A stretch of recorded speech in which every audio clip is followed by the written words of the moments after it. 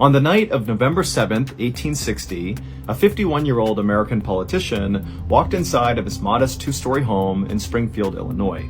This politician was totally exhausted, but he was also really happy because in his hand he had a telegram that confirmed he had won an election that he had worked so hard for and he wasn't sure he was going to get. And so earlier that night, this politician had been out basically partying and celebrating this huge victory, but now he was totally beat and ready for bed. Once the politician was inside his house, he picked up an oil lamp to light the way, and he walked through his house to his study, where he put the lamp down on his desk. He put the telegram saying he had won this election next to the lamp, and then the politician just collapsed into his sofa to fall asleep.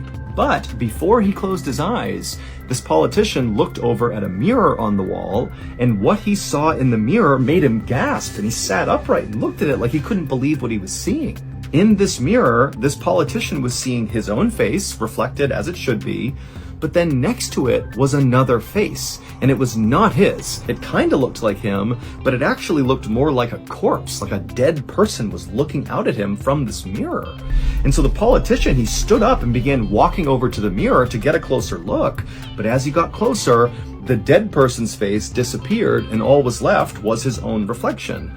And so he's like, okay, I must have been dreaming that, that can't have been real. And so feeling very unsettled, this politician just went back over to the couch and he laid back down thinking, okay, just forget about that, go to sleep.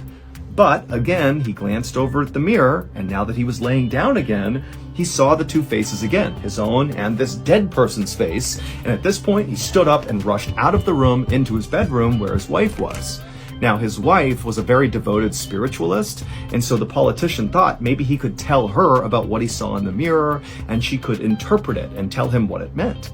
And so he sat down and he told his wife about what he had just seen, and she would sit there for a minute pondering what her husband had just said, and then her expression on her face just totally changed. She went from intrigued to very upset, and in a quivering voice, she would tell her husband that what this meant was he would serve honorably in the office that he had just been elected to for one term, he would get reelected, but he would not survive the second term. Now, when the politician heard this, he immediately rejected it. And he said to his wife, there's no way that's true. I probably didn't even see a face in the mirror. I'm probably just so tired, I imagined what I saw. So let's just forget about it. But his wife was not consoled, and she fell into his arms sobbing as if he had just been diagnosed with some fatal illness. And over the next several days and weeks and months, this politician's wife continued to be so upset about this potential death omen that the politician had apparently had, even though, again, the politician is constantly telling his wife, come on, there's no way that's actually going to happen. And sure enough, over time, the politician's wife did sort of stop being so scared all the time that her husband was going to die, and the politician himself, he just kind of forgot about what he had seen in the mirror that night. And so he would go on to serve his first term in this elected office. He would be reelected for a second term. And then during his second term, on April 14th, 1865, this politician and his wife were out at a play in Washington, D.C., and during the last act of the play, a man named John Wilkes Booth famously snuck up behind Abraham Lincoln, who was this elected politician. He was the president of the United States in his second term, and John Wilkes Booth shot Abraham Lincoln in the back of the head, killing him. And so Abraham Lincoln would indeed not survive his second term, just like the nearer death omen had predicted. April of 1848, a group of men were walking towards the coast of King William Island, which is an island located in the freezing Arctic region of northern Canada. These men were members of the Inuit people, who are indigenous to King William Island. They were making their way towards the coastline to see if they could find any seals that they could hunt and kill. However, they couldn't actually see the water because there was this huge icy hill that obstructed their view. As these hunters got closer, they kind of peer up and over the hill, and they looked down below. They saw Kalunat, which is their word for white men. But these men were not acting like people. They were lumbering, and they were all just staring straight ahead with these vacant expressions. Their skin, it was like black and blue. Now, for these hunters, all they really knew is that white men were pretty dangerous. In addition, few of them were dragging this big sled, and there was a tarp over the sled. They hear this awful guttural scream. Many of the Kalunat were lumbering along, but one of them had stopped, and he was kind of retching around, and then he just crumpled to the ground. But the other white men, it didn't even even react to it, except for the men pulling the sled. They pulled the sled right up alongside this man who pulled back the tarp, revealing all sorts of bodies, and they threw him onto the pile. They covered him back up with the tarp. At this point, the Inuit hunters ran back to their village. When these hunters had gone back to their village to tell the others about what they had just seen, the consensus became go back to that same spot, find these Kalunat. So the hunters, they go down to the coastline and they just start tracking the footprints of these white men. After hours of this, the hunters come upon this campsite. There was the remains of a fire, and sitting over the fire was this big pot. One of the hunters walks up to the pot, and when he saw what was inside, he reeled back in horror. Several months later,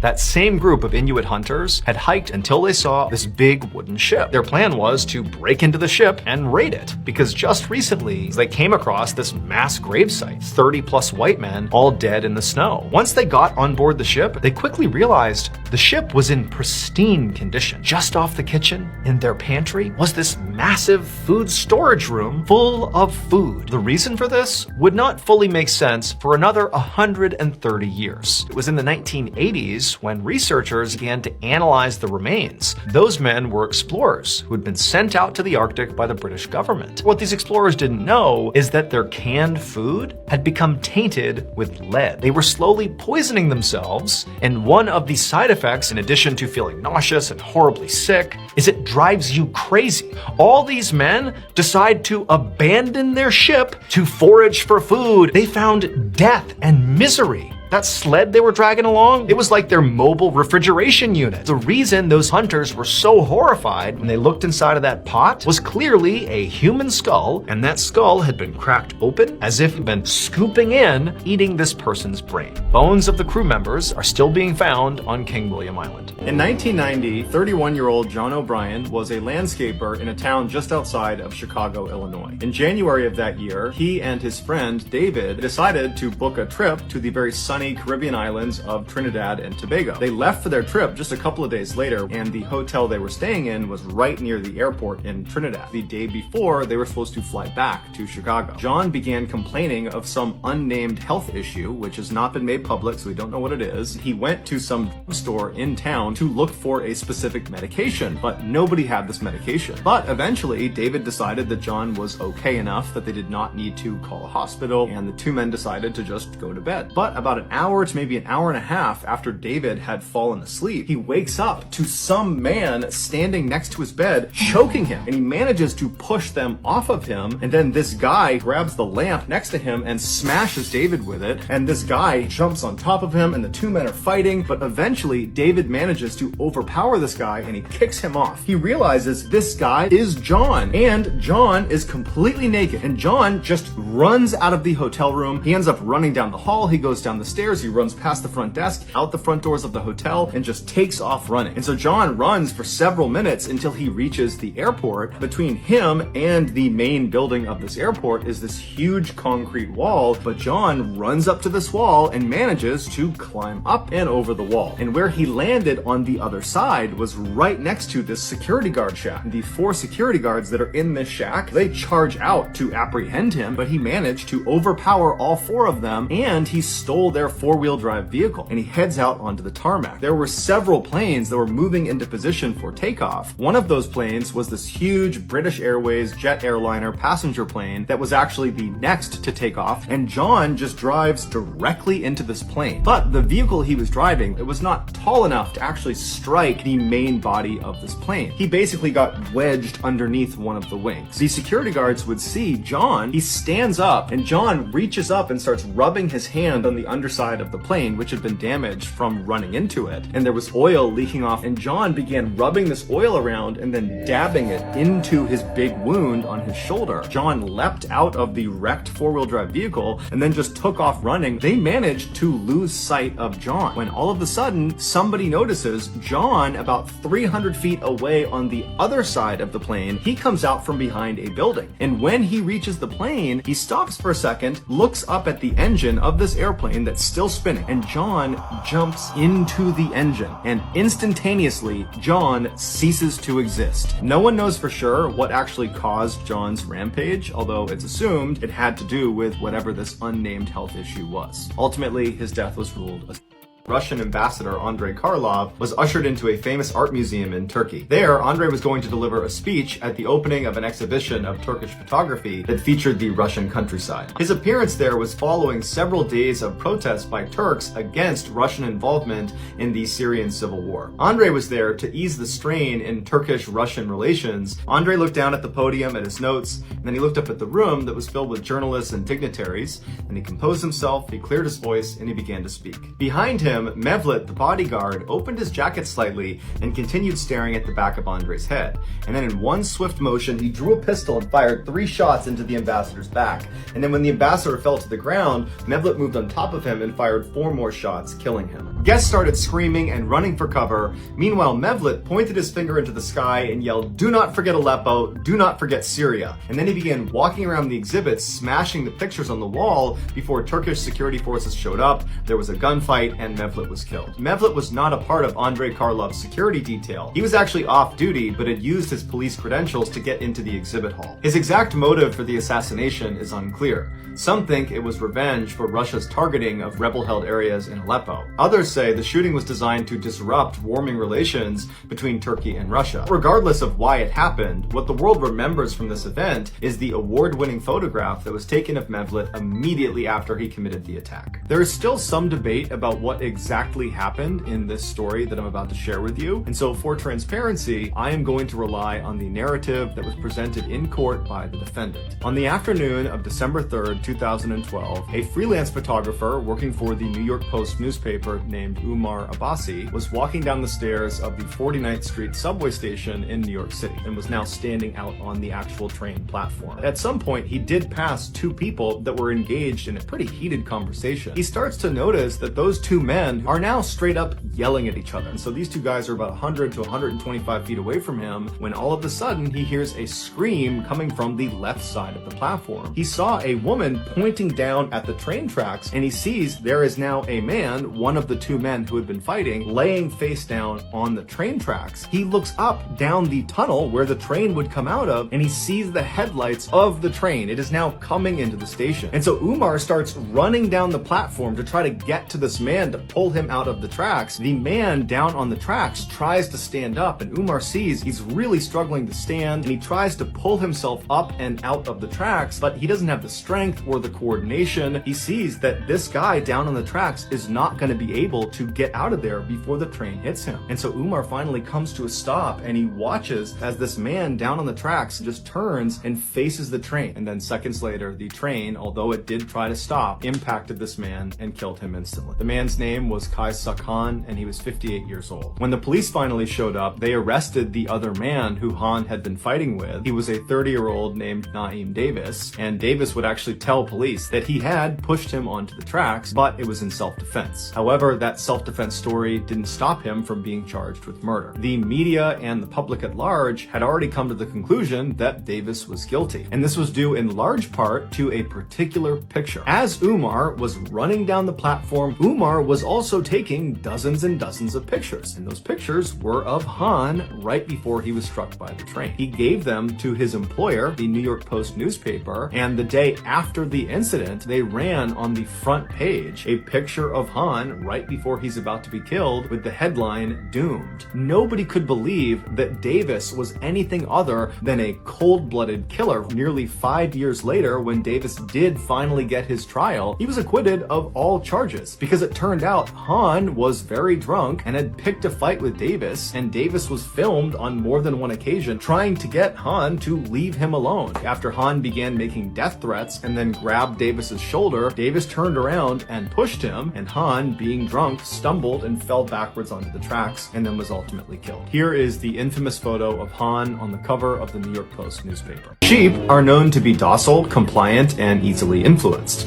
They seem to just mindlessly follow their herd without thinking. But one sheep from New Zealand, who was named Shrek, dared to be different. In 1998, a sheep farmer from New Zealand got up early one morning and headed down to his shearing shed to give his flock their annual haircut. And one by one, the sheep would come in, and the farmer would expertly shear off their wool coats and send them back out to the pasture. But unbeknownst to this farmer, Shrek decided he didn't want a haircut. And in fact, he didn't want a haircut ever again. And so while his fellow sheep were marching down to get their wool cut, Shrek secretly walked to the back of the pen, snuck out the back gate, and ran away up over the hillside without anybody noticing. And when he was finally out of sight of the farm, he just kept on running until he found this cave high up on this mountainside that he could hide inside of. At first, the farmer didn't even realize Shrek was missing. He had many sheep to take care of, and so it was easy to lose track. But eventually, he did catch on, and he went out looking for Shrek, but he couldn't find him. And so eventually, he had to just accept that Shrek was gone. 6 years later, in 2004, this farmer was out walking around the hillside a couple miles away from his farm when something moved in the corner of his eye. And so he turned and looked uphill, and there, perched on a rock, standing proudly, was the most absurd-looking sheep he had ever seen. It was Shrek, and he looked like an enormous brown cotton ball. Wild sheep will shed their wool every year, but domestic sheep, like Shrek, just continue to grow wool every year until it's sheared off. But during Shrek's 6 years he spent living in this cave, he never got a haircut, and so his fleece just continued to grow and grow and grow, and by the time it was finally sheared off, it weighed 60 pounds. His fleece contained enough wool to make suits for 20 large men. Shrek shot to fame immediately. He was sheared live on New Zealand's national television, and his fleece was auctioned off to help raise money for a children's hospital. Shrek met the Prime Minister of New Zealand, and he became the subject of many children's books and made dozens of charity appearances. 2.5 years after his first live television event, Shrek was sheared again on live TV, this time off the coast of New Zealand on an iceberg, again to raise money for charity. Shrek would spend the next couple of years touring the country before settling down back at his farm, where he eventually died of old age in 2011. To this day, he is still considered a national treasure.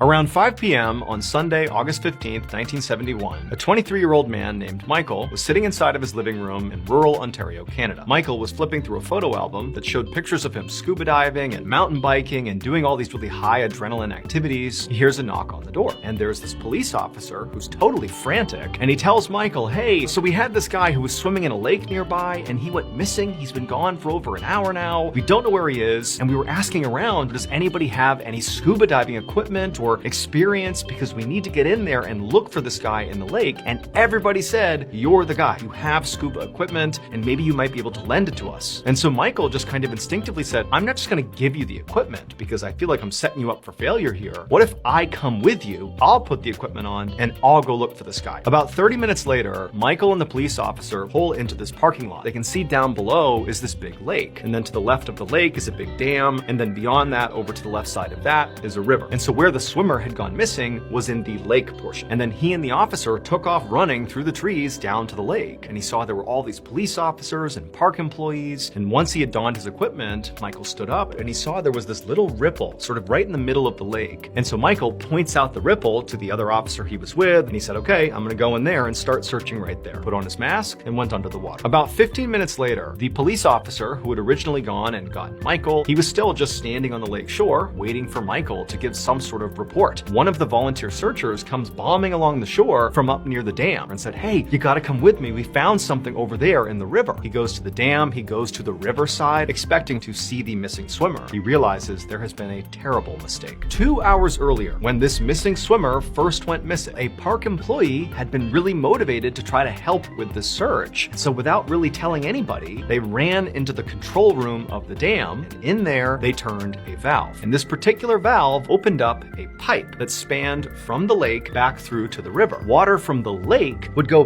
back into the river, basically draining the lake. This employee was thinking, if I drain the lake, it'll make it easier to search the lake. So the first person who went into the lake was Michael. And when he went into the water and actually flagged the ripple on the surface of the water, that ripple represented this deadly undercurrent of all the water being sucked into this pipe. The current pulled him so quickly and so hard that he couldn't resurface. All his equipment got yanked off his body, and he was thrust into this pipe. And in the pipe, he got stuck, and he drowned before eventually being forced out the other end, where his body spilled out onto the shore of the river. That's what everybody was crowded around once they got up to the riverside, Michael's dead body. 4 hours after Michael's body was found, they would find the missing swimmer. His body was located about 150 yards away from where Michael had first entered the lake. Today, the lake has been permanently drained, in part because of this tragedy. Do you have a favorite story that you would would use on stage? Probably the lost wallet story, because that's a true story. Yeah. It's about a guy named Justin, a guy who lost his wallet in a cab. And the story is that I'm sharing the cab with a woman, and she finds the wallet in between us, asks if it's mine. I say it's not, and she's going to give it to the driver, and I go, no, give it to me. I'll give it back to its rightful owner. And I put a lot of time into getting this wallet back to this guy. The only person I get a hold of is this guy's father. And when I tell him I have the wallet, he's just like, he's not going to amount to anything. And I'm like, what? And he's like, he's a piece of shit. And I go, okay, can I give you the wallet? And he hung up the phone. And then a long while later, I'm at a lunch place on M Street in Georgetown. And I'm with my cousin, and we sat down, and we're just looking over the menu, catching up, and the waiter walks up, and I go, Justin? He's like, how do you know my name?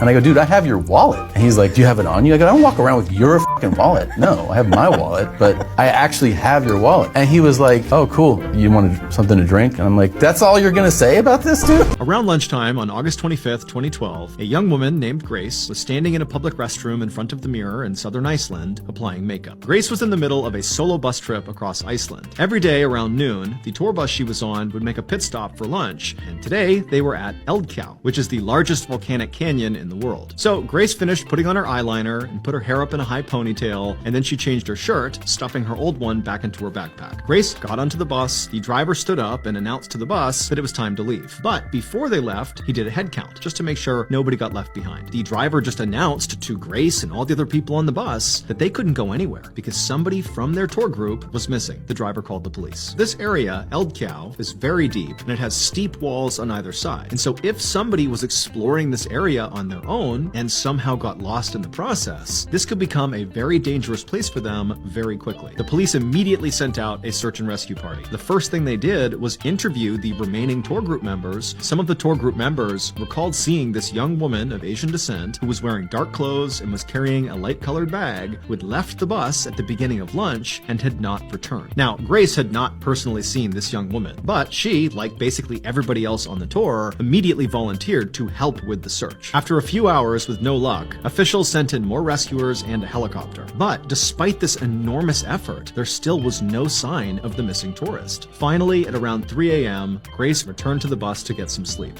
Grace opened up her backpack, something inside of her bag caught her eye, and when she saw it, she froze. Because suddenly, she knew exactly where this missing woman was. First, the bus driver had made a mistake with his head count. Not the head count he had done that afternoon, but the one he had done earlier that day, before they drove to Eldkau. That morning, he had accidentally counted one too many people on board the bus and not realized it. Then, that afternoon, when he had counted again and actually had the right number of people on board, he thought there was a missing person. Next, the description of the woman who had gotten off the bus and didn't come back. So yes, there had been a young woman of Asian descent wearing a dark sweatshirt, carrying a light-colored bag. She had gotten off the bus, but she did get back on. Except that when she did, she looked different. And this was because this woman had gotten off the bus to go to the restroom to freshen up. She had put on makeup, she had put her hair up in a ponytail, and she had taken off her dark-colored sweatshirt. The object that Grace found in her backpack that made her realize that she knew exactly where this missing woman was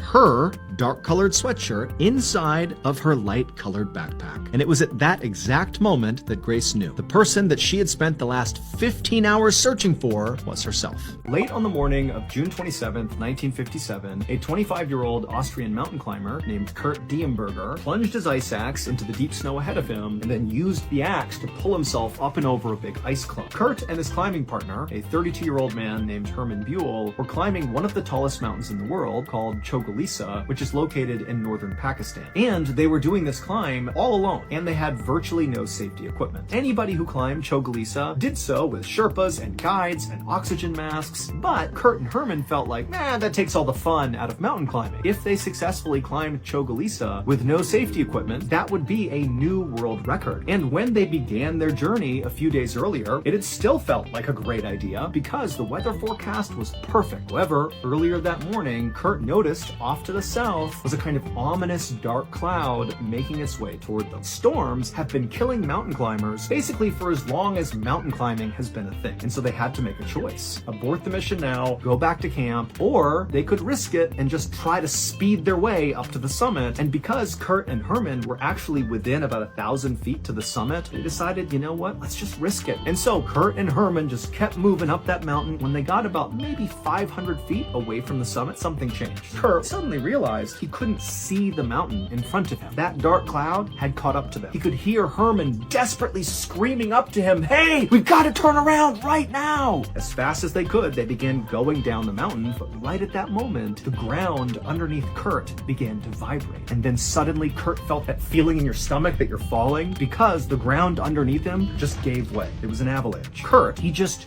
jumped. He was leaping up and out of the avalanche and over to the right. He fell something like 30 or so feet before he hit the ground again, and then he kind of sat up and he looked around and he realized he had successfully jumped out of the avalanche. And then it's like suddenly the visibility just opened up and Kurt was able to look to his left where the avalanche had gone. The land where they had been walking down this mountain was gone. And so he's looking into this crevasse where the avalanche went and thinking, I gotta go find Herman. But when he got up there was no sign of Herman. He noticed that he could see very easily their tracks. He just kind of tracked these tracks all the way down the mountain to where he was. He noticed something. Here is a photo of what Kurt would have seen. However, keep in mind, this was not a photo Kurt took. So in this photo, you can see the mountain and the summits at the top, and there's a trail that goes straight down and then appears to diverge where there's tracks that go to the left and the other set of footprints that disappear off the cliff. The footprints that go to the left are Kurt's footprints. He just magically jumped and landed on the absolute edge of where this avalanche was going to happen, and Herman is the other set of prints. And so when that avalanche started, there was nowhere for Herman to go, and he was sucked into that avalanche and dragged over 1,000 feet down the mountain, and his body was never recovered. And 46-year-old Paul Baxter started feeling sick, and then he developed a wicked cough that got so bad over a couple of days that he could barely speak because he was just coughing the entire time. And so he went to his doctor, who quickly diagnosed him with pneumonia and put him on a treatment plan. But after several months of being on this plan and not having his condition improve at all, his doctor referred him to a respiratory clinic. There, they did an x-ray of his chest and they discovered a suspicious shadow in the lower right section of his lung. Doctors were concerned, especially given the fact that Paul was a long-term smoker, but before they just put him under the knife and started cutting this out of his lung, they decided they would take a probe with a camera on the end of it and run it down into his lungs and actually have a look around inside. During the procedure, which Paul was awake for, the doctor put the probe down into that shadow area in his lung, and right away he saw this lump. But when he zoomed in with his camera on the lump itself, he saw there was something orange sticking out of it. And so he told Paul there were little pincers at the end of this probe, and he was going to try to move the tissue around to try to see what this thing was, and if it was a foreign object, he would try to pull it out. But when he tried to move around the tissue to get a better look, he couldn't get it dislodged, and so he pulled the probe out, and he told Paul he would need to come back in a couple of days when he could use a longer and more powerful probe. And so Paul looks at the doctor and he's like, well, what is it? What is this orange thing inside of my lungs? And the doctor said, honestly, I have no idea, but it's not supposed to be in there. A few days later, Paul went back in for this follow-up procedure, and the doctor, using this longer, more powerful probe, was able to go down and actually dislodge this orange thing from inside of his lungs. And as soon as he pulled it free, there was a camera screen that was watching in real time what this probe was seeing. And so Paul and the doctor and the other doctors that were in there as well all got to see for the first time what this thing was. And it was this kind of triangular, small orange thing that nobody had seen before. And so as it was getting pulled up and out of Paul's body, everyone's just watching the camera wondering what this thing is. And then finally the pinchers came out of Paul's mouth, revealing what it was holding on to, and nobody could believe what they were looking at. What it was holding on to was a small plastic orange traffic cone from a child's play toy set. And as soon as Paul saw it, a memory came rushing back to him, and he told the doctors when he was 7 years old, he swallowed, or so he thought, a cone that looked an awful lot like this one, except He hadn't swallowed it, he had inhaled it. And then somehow, for 40 plus years, he'd had no symptoms related to it until now when he developed that cough. Paul would say when he had this revelation in front of the doctors, there was a moment of silence and then everybody just started cracking up laughing because none of the doctors had seen anything like it before and didn't really know how to react to it. And so Paul was allowed to keep his traffic cone, and after he left, his cough went away and he went back to normal. When Conrad Rowland was a little kid, he was always on the go. One time when he was at the grocery store with his mother, he leapt out of the cart and ran away from her, and she found him stuck inside of a freezer. After that incident, she literally made him wear bells on his shoes when they were out in public so she didn't lose track of him. But by the time Conrad was just 4 years old, he had discovered athletics. And instead of putting his energy into running away from his mom, he focused it exclusively on baseball, basketball, soccer, and tennis. And by the time he was 11 years old, he was an exceptional all-around athlete. And at the time, his school announced they were going to have this special guest speaker at an assembly, and it turned out to be the Hall of Fame baseball player Rod Carew. And Conrad was just blown away. He just could not believe he was in the presence of an actual professional athlete, let alone a guy that had achieved the success Rod Carew had. And so after this assembly, when he got home, it was all Conrad could talk about, was just how incredible Mr. Carew was and how he, Conrad, was going to be a professional athlete just like Mr. Carew. For many kids, this would just be a phase. They'd be really invested in sports, and then their interest would go somewhere else, and they'd kind of forget about it, and it would not be their life calling anymore. But for Conrad, the impression Rod Carew left on him was so profound that he never wavered. He really did dedicate himself to becoming a professional athlete, and he would be successful. Albeit in a different sport, he became a professional football player in the NFL. And in 2012, Conrad started nearly every game for the New York Jets at tight end. It was like his professional career was going off without a hitch. But in 2013, he injured his knee, which sidelined him for about 2 years. And even though he diligently rehabbed and got back to full strength, the teams were not really ready to take a flyer on him because they were worried his knee would just give out again. He continued to train extremely hard in hopes of landing another contract, but his playing career was starting to look bleak. During the 2016 offseason, Conrad was back home in California visiting his family. One night, as his mother, Mary, was making dinner, Conrad was sitting at the table filling out his driver's license renewal form. And when he got to the section where it asked him if he wanted to be an organ donor, he stopped and he asked his mother, are you an organ donor? And she would say, yeah, I am. And so Conrad said, okay, then I will be too. And he checked the box. And Mary remembers thinking, gosh, I really hope it never comes to that. A few months later, Conrad was working out in a local gym getting ready for the next season when he developed a sudden and severely painful headache. He tried to keep working out, but he just could not do it. So he stepped aside and he called his mom and he told her that he felt this weird click in his head, and then he felt this blinding pain behind his left eye. His mother told him he needed to go to the hospital right away. And so that day, Conrad went over to the UCLA Medical Center, where they quickly diagnosed him with a brain aneurysm.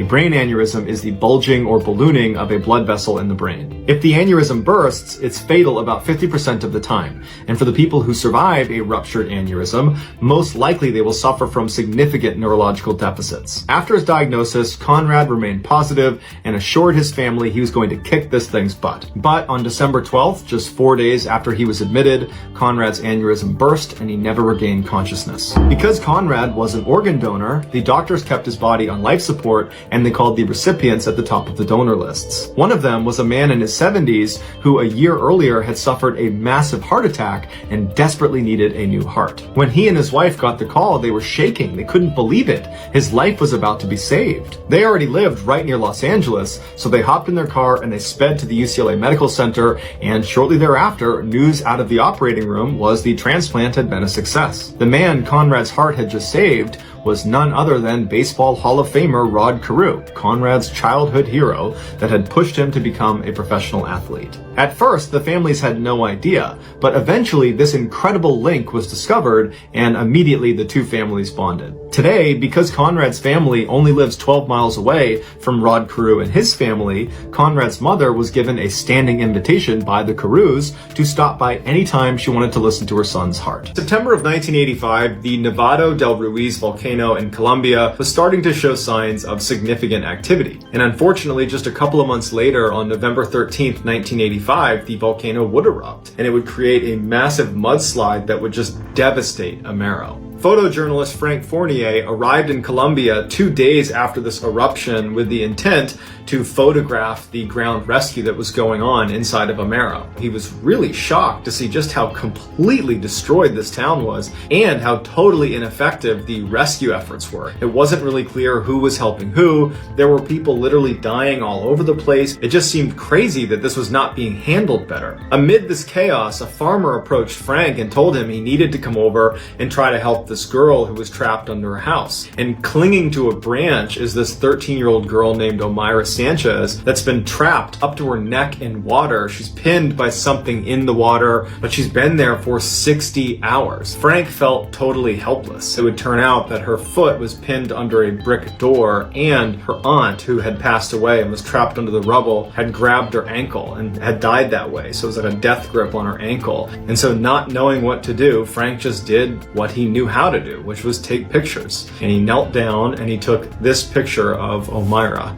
And very shortly after this picture was taken, she would pass away. Philip Chisholm was a 14-year-old high school student. On October 22nd, 2013, Chisholm missed soccer practice in the afternoon and then missed a team dinner that night, at which point his teammates tried calling and texting him. He didn't get back to them. On the same night that Chisholm is reported missing, one of his teachers, 24-year-old Colleen Ritzer, doesn't come home from work. Her family and her friends try reaching out to her, texting her, calling her, no response, so they too go to the police and they report her missing as well. The police decided they would pull all the security footage for the past 24 hours that was looking in the direction of this bathroom. At the 2:54 p.m. mark on October 22nd, this is Miss Ritzer walking down the hall towards the bathroom. This is Chisholm entering the girls' bathroom with surgical gloves on. 11 minutes later, Chisholm would leave school property, he would run outside, he would get a big recycling bin, and then he would wheel that back into the school, and then he would go back into the bathroom with the recycling bin. At 3:21 p.m., he re-emerges. He's pulling along this recycling bin that looks noticeably heavier than when he brought it in. And that's because Miss Ritzer's body is now stuffed inside of it. Police were able to quickly track Chisholm down and arrest him because as soon as he was done attacking Miss Ritzer, he used her credit card to go to a movie theater in town and watched a movie. So he gets arrested and he's given a life sentence. His motives remain unclear, but he claims she used what he called a trigger word that really upset him. 2015, an experienced outdoorsman named Bob, along with his wife, his young daughter, and their 2 German shepherds, decided to go camping in a remote part of northern Oregon. When they arrived at the site, Bob began setting up the big family tent for everyone to sleep in, and his daughter said, "Hey, do you mind if I sleep in the spare 2-man tent?" Bob and his wife said, "You know what, that's fine, but you gotta bring Guts." That's one of the German shepherds. That night, Bob wakes up suddenly to what sounds like footsteps outside of his tent, and his wife is still in the tent with him, and so is Leah, the other dog, and he can hear his daughter is snoring, and he can hear the sound of Guts breathing. Bob's dogs are really keyed in to protecting their family, and since Guts and Leah are not up going crazy about whatever's out there, Bob ultimately just goes back to sleep. The next morning, Bob gets up. There's no sign of any intruders in their campsite. That morning, they decide to go for a walk down the road when all of a sudden, Guts takes off into the woods. Bob starts taking off after Guts, finds Guts stopped right outside of a campsite, but there doesn't appear to be anybody in the campsite. But there's a tent, there's a cooler, there's a table, there's all the things you would expect. So Bob runs up and he grabs Guts, but then before he leaves, he realizes on the tent, there's this big scratch through it, like it's been cut open. And as he gets closer, he realizes there's definitely no one here. All of their stuff has just been ransacked, there's scratch marks on everything. He decides, I'm gonna take my family, go back to my campsite, I'll just call the park rangers and they can figure out what this is. Later that afternoon, Bob and his family are back at their campsite, and at one point, his wife gets up to go use the bathroom. All of a sudden, she gets up and starts running back towards camp. At the same time, Guts gets up and starts sprinting towards her. And Guts, at this point, has run past his wife. And as Bob is running up to his wife, he's like, "What's going on? Why are you running?" She says, "I don't know. I just had this horrible feeling someone was watching me. When I turned, I already saw Guts running towards me. It scared me." His wife leaves, and Bob draws his pistol, and he starts walking out towards where Guts has now stopped. And Bob's looking at it, and he can't see anything. After not being able to figure out what the heck is going on, takes Guts and goes back to his campsite. The attitude was, "We want to leave." However, it was getting late. They had a bunch of stuff they would need to pack up. They decide, we'll stay one more day and we're going to leave first thing in the morning. And he decides he's going to set up a tripwire all the way around his campsite using a rope tied to little pieces of metal that would clang together. So if anything touched the rope, it would make the metallic clinking sound, then it would alert Bob. Bob goes over to the edge of the site and he realizes, oh my God, someone's already done this. There is another tripwire that's already been built around the outside of our campsite. It's just been cut. Bob didn't even tie his perimeter. He just drew his gun, told his family, get in the truck, and he stayed up all night protecting his family. As soon as the sun came up, they packed up and they got the heck out of there. Bob is convinced that there is something out there in the woods in northern Oregon, and probably is the same thing that caused the previous group to set up their own tripwire. It's also the reason the other campers were willing to abandon their nice equipment, because they are not messing with whatever the heck is out in those woods. There is one particular episode of Curb Your Enthusiasm that had massive ripple effects. The episode in question is called The Carpool Lane, and in this episode, Larry David, the character, is late to a baseball game at Dodger Stadium. A lawyer named Todd Melnick called HBO and said he needed to see the raw footage from the episode they shot. Todd Melnick was investigating a murder case. The murder happened on May 12, 2003. Juan was potentially facing the death penalty if he was found guilty. But Juan was adamant that on the night of her murder, he was at the Dodgers game where they were filming a Curb Your Enthusiasm episode. But nobody believed him except for his lawyer, Todd Melnick, who called HBO, got access to all that unseen footage from the episode, and after watching for hours and hours and hours, his client, Juan Catalan, strolled right into frame and sat down with his daughter. This is why most people just dip a toe in first. In the summer of 1981, two friends named David and Ronald were walking down this path in a forest when they heard barking behind them. They turned around and they saw Ronald's dog, Moosey, was running towards them. Clearly, Moosey had escaped from the truck. Moosey blazed past the two men and disappeared into the woods, and the two men chased her, but before they could find her, they heard her yelping out like she was in pain. The men ran towards her sounds, and they found her in this pool of water flailing around wildly. David immediately dove in head first, but the second he touched the water, his body felt like it was on fire, and then when he surfaced to look for the dog, he couldn't see anything. He was blind. Ronald managed to pull David out of this pool of water, but it was already too late. David would die the next morning, and Moosey the dog would never be recovered. It would turn out this pool was full of near boiling water because it was a famous hot spring inside of Yellowstone National Park, and it totally eviscerated David and the dog. On the morning of September 15th, 2016, an 80-year-old widow named Rita Wolfenson shuffled her way into her kitchen inside of her brick home in Brooklyn, New York. However, Rita was basically blind, and her foot caught a basket of newspapers in the ground, and it caused her to stumble and fall to the floor. And the second she hit the ground, she heard a pop. Her hip was broken. Rita lived completely alone and basically had cut off everybody in her life because 20 years earlier, her son Louis just kind of inexplicably packed up and left her house without saying anything, and she never heard from him again. And so suddenly losing her son for reasons unknown sent Rita into this spiraling depression, and the way she coped with it was basically cutting off the entire world around her. And so now here she is, stuck on the kitchen floor with a broken hip, and nobody is going to come by to help her. But despite basically being blind, somewhere deep down, Rita finds this inner strength. She managed to get to her phone, and she dialed 911. The ambulance arrives at Rita's house, they scoop her up, they put her in the ambulance, and they go to the hospital. The nurses and doctors told Rita that after you get out of surgery, you can't just go home. You're legally blind, and you nearly died from falling on your kitchen floor, because had you not been able to reach your phone, you would have starved to death. So they told Rita that what she would need to do is move into an assisted living home. So she grabbed the phone, and she still remembered the number of her younger brother, Joseph, and so she called Joseph up. And Joseph, he answers the phone, and Joseph was like, I will be there as soon as I possibly can, and also I'll have my wife swing by your house to grab, your toothbrush and some toiletries to make your stay at the hospital a bit better, but we're gonna get through this. I'll be there as soon as I can. A few hours later, Joseph's wife was on her way to Rita's house to pick up her things. She unlocked the door, she opened it up, and immediately she was hit with this horrible smell. So Rita was basically a hoarder, and so she had lots of plates of food and all this stuff just kind of jammed inside of her house, and it was all rotting, and so her house really smelled horrible. So she just went to the first door that she saw, and she opened it up, but the second she opened up that door, not only was she hit with more horrible smells, but she saw something in this room that she was not braced for. It would turn out Rita's understanding of what actually transpired 20 years earlier with her son, Louis, inexplicably leaving, was totally wrong. Louis loved his mother. He didn't just randomly abandon her, but 20 years earlier, while he was still living with Rita in her house, he died somewhat unexpectedly from natural causes. And his mother, Rita, instead of going into his bedroom and checking on him, just didn't go into his bedroom and instead convinced herself that her son must have abandoned her because he didn't love her anymore, and it sent her into this spiraling depression, and she cut off her whole family, when in reality, Louis had never left her house. He was still laying in his bed upstairs all those 20 years.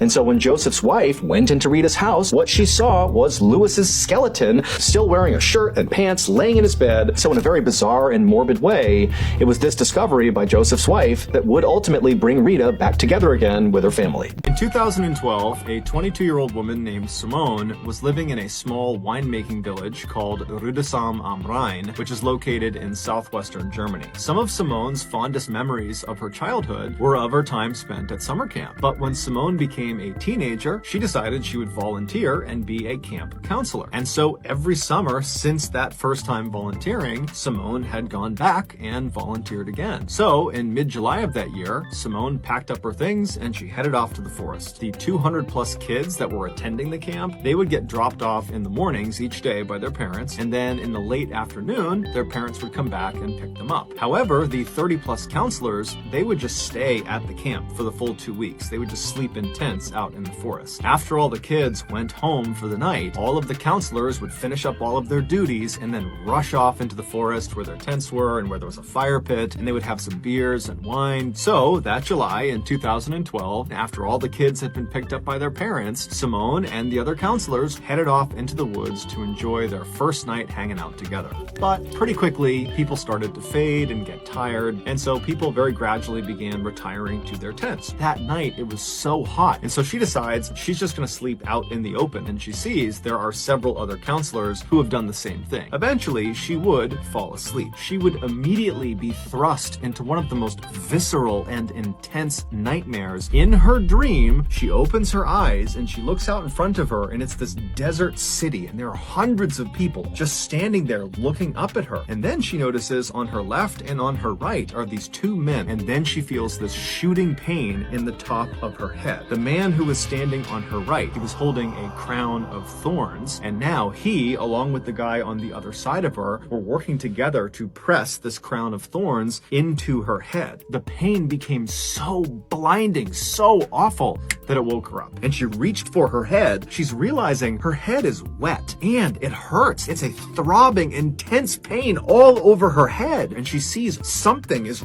running through the woods. She screams, and the girl who was laying next to her, she wakes up. And when this friend sees Simone's head, she starts to scream. Seconds later, the rest of the counselors were awake. They had driven her to the emergency room. It would turn out, after Simone had finally fallen asleep, in reality, something was digging into her scalp. Was the jaws of a fox. This fox had snuck into the campsite and just started eating her head. And amazingly, it did not wake Simone up right away. And so this fox got 20 or so serious bites out of Simone's head before she shot up and scared it away. Doctors were able to save Simone and stitch her head back together, but she also periodically still gets phantom pains in her scalp that feels like the fox is biting her head all over again. In June of 2019, an 18-year-old girl named Bella wrapped up her first year in college and headed home for the summer. Her family lived just outside of this small town in France. Her favorite place to go was the man-made lake that sat kind of at the center of this forest. The way she would get to it is she would drive a couple of miles down the road, and she would pull off into the shoulder of this road and just walk directly into the trees. And she would see up ahead this little stream. And she would follow the stream due north for about an hour until the stream connected with this east to west running river. And at this point, Bella would turn left and she would follow along this riverbank about 20 minutes until the river fed into the man-made lake. In June of that year, Bella comes home from college. She drives the couple miles down the road. She hops out. She walks into the forest. She finds the stream and starts walking. She hears a bell somewhere off in the distance, way out in front of her. About 10 or 15 minutes later, she sees up ahead, there appears to be something laying on the ground. It's a beaver, and this beaver is missing its head. She realized the beaver's body was still fairly limp, so rigor mortis had not set in. Most likely, whoever or whatever has killed this beaver is probably somewhere nearby. die. And so Bella felt herself starting to panic a little bit, but then she stopped herself and said, I'm sure everything is perfectly fine. Bella would eventually reach the man-made lake. She enjoyed the beautiful view and she went home. A week later, Bella was sitting around her house when she felt pretty bored and decided she would go back to the place she loved so much and entered the woods at 6 p.m. Sunset that night was at 9 p.m. and so Bella knew this would need to be a fairly quick turnaround. She starts to hear the distant sound of thunder. And by the time she passes the beaver corpse on the ground, the rain was really coming down. And then about 15 minutes after, that's when the rain was at a full downpour. She needs to head back. When all of a sudden, something hits her in the top of the head. It was the beaver corpse. It was hanging from a string that was dangling off a branch. And this beaver's head had been retrieved and the head had been stitched onto the front paws of this beaver. She feels the hairs on the back of her neck stand up. She hears the sound of that bell. She just starts sprinting as fast as she can. And she pulls her phone out of her pocket and she dials her father. Dad, come out to the forest. So Bella's father and mother, they hop in their car and so the parents run into the woods. And as she's getting closer and closer to her parents, she slowly turns around. And this tall, dark figure walks in. She can see it's got a bell at its waist. And so Bella suddenly got this unbelievable adrenaline rush and began sprinting faster than she had ever sprinted in her life. Her father, he sees his daughter come bounding out of the forest and she leaps into his arms and the three of them just charge out of the forest, back in their car, and they speed off. The following morning, the police went out to the forest. They never found any sign of this dark figure with the bell. Also, the beaver was no longer there. The only thing police found that was out of the ordinary was they found a t-shirt neatly folded placed underneath a rock. Since her ordeal, Bella and her family, they don't go in those woods anymore. So whoever or whatever is out there is still just out there. To become a SEAL Team 6 operator, you become a SEAL, a white-side SEAL. You then have to deploy at least once, it's usually twice, and usually the expectation is you got to see combat. After you finish, you basically go through this totally new screening process where if SEAL Team 6 has looked at your resume as a SEAL and has talked to people and thinks that like your reputation is good enough, you get the chance to go try out for SEAL Team 6. The starting point is everybody's a Navy SEAL with probably combat experience. So how do we figure out who's the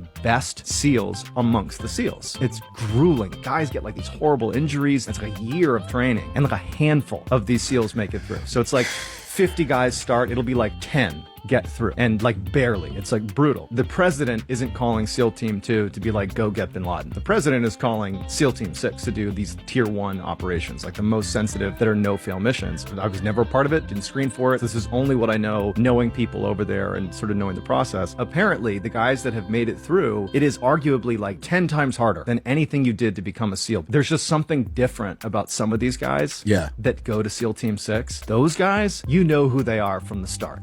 There was a guy who was it's called my LPO, my leading petty officer. He was basically my immediate report. This dude was so good at everything. Perfect marksman. He was actually the guy on comms with like 9 different things going on in the middle of that disaster. Those are 2 different classes of people. There's SEAL Team 6 guys and there's guys like me. Wow. I look at SEAL Team 6 guys in awe. They're the all pros. They're like the all pros of the all pros. That's incredible. The following is about the most famous serial killer that you've never heard of. One morning in 1912, in a little town in Iowa, a neighbor went over to the Moore family's home and they knocked on their door, but there was no answer. And as this neighbor waited, they looked around the front of the property and they saw the Moore family had not tended to any of their farm animals that day, which was very odd. And so the neighbor, who's starting to feel concerned, knocked again on the door, but there was still no answer. And so they got the police. And when the police showed up, they went inside that house and they discovered an absolute massacre. The Moore family were all dead. And the only clue police had as to what happened to them was an axe that was found inside their house. And as police began investigating this crime, they quickly discovered that this was far from an isolated event.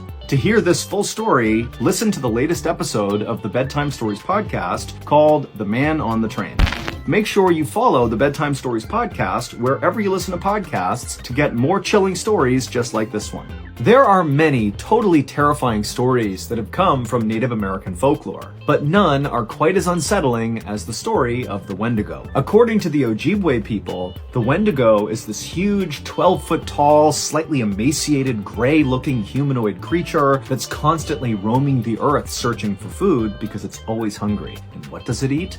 People. The Wendigo and what happened when someone apparently came face to face with one will be featured on the very first episode of our brand new incredible podcast from Ballen's Studios called Run Fool. Run Fool comes directly from the mind of the horror storytelling icon Rodney Barnes. To hear the story of the Wendigo, go run to wherever you get your podcasts, look up Run Fool, and make sure you karate chop that follow button. Episodes 1 and 2 of Run Fool are available right now wherever you get your podcasts. And remember, every week, Rodney will drop a brand new scary story. On the evening of September 17th, 2021, a 42-year-old preacher named Jason Thornburg was cleaning up his motel room in Euless, Texas. Jason was going to be hosting a small Bible study group. Jason would host these Bible study groups at his house. Jason's house burned down just that past summer. He heard a knock at the door, and standing outside the door was this big guy covered in tattoos. The man's name was David Luaris, and Jason had previously met him when he was out on the street doing outreach for his church. He confessed to Jason that he had begun using drugs and gotten mixed up in some criminal activity. His concern was some of those dangerous people were coming to get him. He handed him a Bible and said, "Come on in." Nobody else had showed up for this Bible study group, and for hours they just sat there